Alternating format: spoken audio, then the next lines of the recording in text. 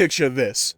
The sun rises, the birds are singing, and today is the day that you, dear viewer, have decided to start a new RPG series, Xenoblade Chronicles. It's gained quite a bit of notoriety in recent years, and you've heard some incredible things, and you just want to dive right on in. But with 4 mainline games and separate DLC stories, where do you begin? Are the other games just dated? Should you start with the latest? What are we even doing here? Well, sit back, grab a snack, possibly some water for a bit of hydration, and relax as I give you the info that you need to get started with my favorite video game series of all time, Xenoblade Chronicles. Okay, so first off, you may have heard whispers on the wind of previous games called Xenosaga and Xenogears. What you are going to do is take that information and ignore it. Straight up, just forget that information exists. And there's a few reasons for this.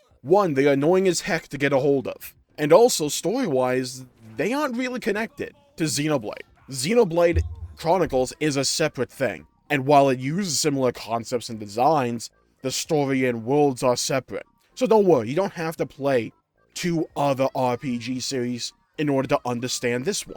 You can play them later if you want, there's nothing wrong with that. But let's focus in on Xenoblade. So we have 4 mainline entries.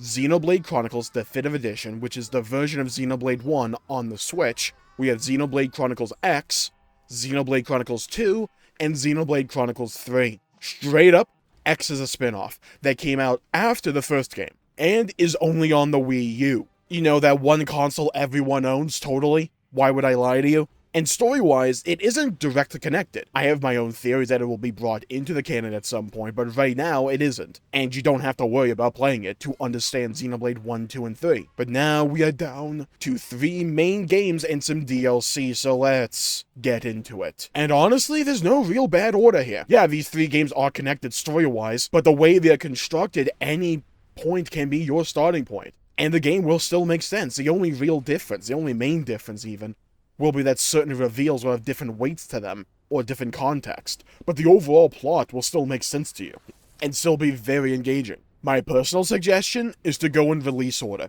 1, 2, and then 3. This order does a few things for you. Xenoblade 1's combat and side content is handled very differently to 2 and 3, so going from either of those games back to 1 may be a bit jarring mechanically speaking. Story-wise, like I said before, you'll be fine. But Xenoblade 1's combat is treated very much in line with what you expect of a traditional hotkey-based MMORPG, like World of Warcraft or Final Fantasy XIV or Star Wars The Old Republic, even Guild Wars, or Guild Wars 2, mainly 2. You have a list of 9 abilities that have a range of cooldowns, and you use them for various effects. Each character feels and plays differently to one another, and side content is very much in line with those mid to late 2000s and early 2010s side quests, where a lot of them boil down to generic kill quests or fetch quests. You know, that real busy work stuff, where they aren't all that story intensive by themselves, and can feel particularly grindy. And I think there's a certain charm to them, since the world of Xenoblade 1 is so beautiful, and the affinity system of Xenoblade 1 is really compelling. The affinity system being essentially how various characters, even NPCs, like or how they feel about other characters, and you can really flesh that out and develop it. And there are some side quests where you get a choice to affect various relationships, to give you different rewards or stuff like that. It's pretty compelling. But what you are actually doing here is very, very dated feeling. Some will like that, no doubt. And depending on my mood, I would also like it. It's something that's very chill and laid back, where I don't have to think about it all that much. I can throw in like a podcast, or a YouTube video, or stream, and grind out some quests while I go watch that content and focus more on that. I think there's a place for that, but it's not going to be everyone's cup of tea. Nor does it have to be. If you want, you can focus primarily on the main story of Xenoblade 1. There may be times when you have to go off and do a little bit of grinding, but from my experience, it's not that much. However, Xenoblade 1 is far more focused on telling a cohesive narrative through its main story than through its side content. There's some there to be sure, but the vast bulk of it comes from the main story. It's an amazing world and story with one of my favorite cast of characters, but the gameplay and side content is why I would personally suggest starting with 1. It can pull you in and keep your attention and make you fall in love with it. It also isn't that tropey, so if anime tropes are a thing that you're not particularly fond of, Xenoblade 1 could be a very good starting point for you. But again, bear in mind that it does play very differently to the later games.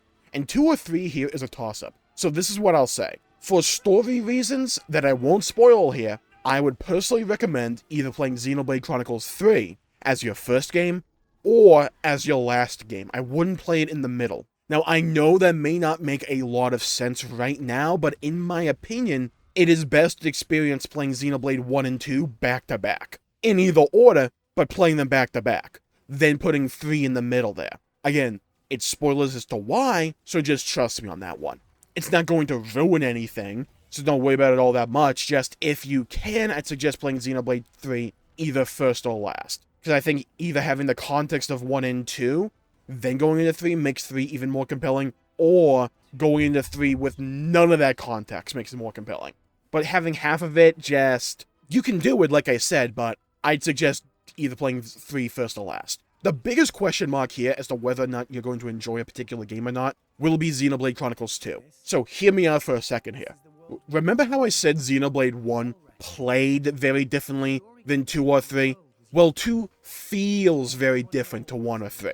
And I'd argue, and I have before, that it's the most polarizing Xenoblade game. And why is that? Well, the art style is very anime-inspired, even more so than the others. It has a gacha mechanic for some reason with the blade system that act to give you different abilities and side quests. And it's also very, very, very trope-heavy in the first half. And not everyone will vibe with that. And it's entirely fine if you don't vibe with it. I don't think it's going to ruin the other games for you either. But having said that, it is my favorite game in the franchise, and my second favorite game of all time, second only to Nier Automata. I love this game. Its strengths for me, its message, its cast of characters, its overall theme, its gameplay, once you actually, unlock all the features, are all so elite to me, that its many flaws pale in comparison and register as nothing more than proverbial speed bumps for me. I adore this game. Xenoblade overall loves to play on your expectations, to tell a more compelling narrative. It'll make you think one way, but then go the other. But it does that to make a more compelling and better story. And each entry tackles this idea in a different way. I will warn you straight up though, the start is very slow, story-wise and gameplay-wise. Personally, I don't mind a bit of a slow start, but some people will. And many will probably drop and have dropped this game by the halfway point. But one of Xenoblade 2's strategies is to lull you into a false sense of security and confidence with its many tropes and over-the-top comedy, to then pull the rug out from under you before you even realize that the rug was being pulled out from under you, and to tell one of the most emotionally deep and compelling stories I've ever had the pleasure of playing. It will take time. For the gameplay, for instance, it takes until about the end of Chapter 3 for the combat to get somewhat decent, in my opinion. It is an inherently polarizing game, and honestly, some people don't have the time for that. They don't have the time to wait for the game to get good, and I totally understand that. Requires no defense or justification on your part. Completely get where you're coming from. But I am telling you though, if you give it a chance, and you stick with it, you just put your head down and barrel through that, you may end up falling head over heels with the game. And there's a line for me from a song called Little Wonders. You know that song that played at the end of Meet the Robinsons? That applies for me here. It's the heart that really matters in the end. Xenoblade 2 tells one of the best adventures ever, in my opinion, with one of my favorite cast of characters ever, and while its theme, like any other theme, will depend on your own personal circumstances in regards to how much it resonates with you, it's a game filled to the brim with heart. All the games in the series are, but 2 especially hits home for me. And that's generally how Xenoblade Chronicles ends up being for people. You may love all 3 of the games, you may not like all of the games. But if you're a fan of the series, there's normally one game that really particularly resonates with you. And for some people, that's 1, maybe it's X, maybe it's 2, maybe it's 3. For me, it's 2. For you, it may be 1X or 3. It could even be one of the Xenosaga games or one of the Xenogears games, if you go back to play them. And that's entirely fine, because we have our own individual experiences, our own individual preferences. Many people may experience this one experience but come away with different perspectives, and that's fine. That's part of the beauty of the series, in my opinion, and video games as a whole. But let's pivot over to X for a second, because it is a Xenoblade Chronicles game, but it's a spin-off. So what does that entail? Well, it's focused way more on its gameplay and side content and open-world navigation, and honestly, I think it does the concept of an open world arguably better than pretty much any other open world game that I've ever played. Like, it's right up there with Elden Ring and Breath of the Wild for me. It is completely expert in its design. And if you can get your hands on it, I would recommend it. Just don't go into it expecting a narrative as compelling as the other three. But, having said that, you do get giant robots that can fly. Need I say more? And before we wrap up, let's just cover the DLCs very quickly. Xenoblade 1 has an additional story called Future Connected. This came out 10 years after the original release of Xenoblade 1, alongside the Definitive Edition. And honestly, just play it right after you beat Xenoblade Chronicles 1. 2 has a prequel story called Torna, the Golden Country. And despite it being a prequel, I would argue to play it after you played Xenoblade 2, because I think the story beats and the events of Torna resonate harder when you have the context of what happens in the base game. And for me, Torna the Golden Country is one of, if not my favorite, prequel story ever told. But it does rely a bit on you having that context of what will happen and what will come about with this story because of the base game. Now, Xenoblade 3's DLC,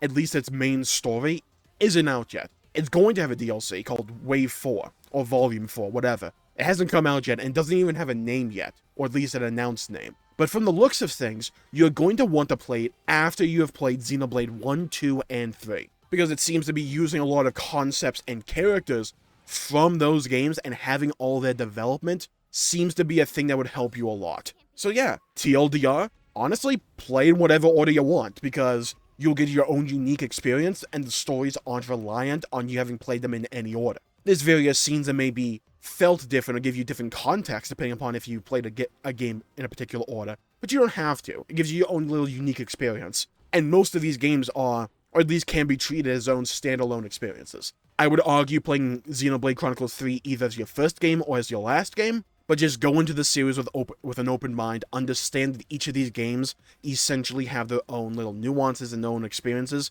and there's a lot of differences between these games, and just enjoy. Go at your own pace. Don't feel like you need to catch up before the DLC comes out or anything. Just go at your own pace and enjoy yourself. Because for me, that's how you best experience Xenoblade Chronicles. So I'm going to call the video there for the day. Thank you for tuning in, my pleasure making the video. If you enjoyed it, please leave a like and subscribe. It really helps the channel out and helps support future content, and I greatly appreciate it. Stay safe, everybody. Have a great day. Hit the bell icon to be notified for when I upload in the future, and leave a comment down below with, have you started Xenoblade Chronicles yet? Have you played it? Are you a veteran of the series? Or do you plan on starting it? And if so, let me know what your first Xenoblade game is or will be. I would love to hear your thoughts, and hear your opinions, and hear your stories. Stay safe, everybody. Have a great day. Go play some video games if you can. Go play some Xenoblade if you can. And as always, I'll see you all next time. Bye-bye, everybody.